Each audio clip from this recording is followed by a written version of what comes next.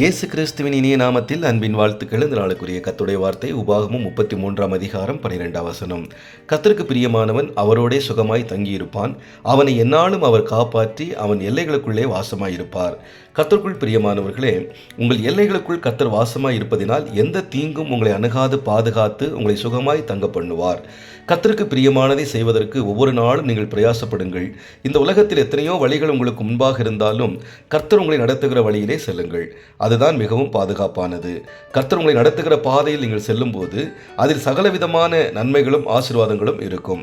எனவே தயங்காமல் கர்த்தருடைய கரங்களில் உங்களை அர்ப்பணித்து தாழ்மையுடன் கர்த்தருடைய வார்த்தைக்கு கீழ்ப்படியுங்கள். உங்களுக்காக கர்த்தர் சகலவற்றையும் செய்து முடிப்பார். ஒரு நன்மையும் குறைவில்லாமல் உங்களுக்கு கொடுத்து உங்களை மகிழ்ச்சியினாலும் சமாதானத்தினாலும் நிரப்புவார். இந்த நாள் உங்களுக்கு ஆசீர்வாதமான நாளாயிருக்கும். கர்த்தர் தாமே உங்களை ஆசீர்வதிப்பாராக. ஆமென்.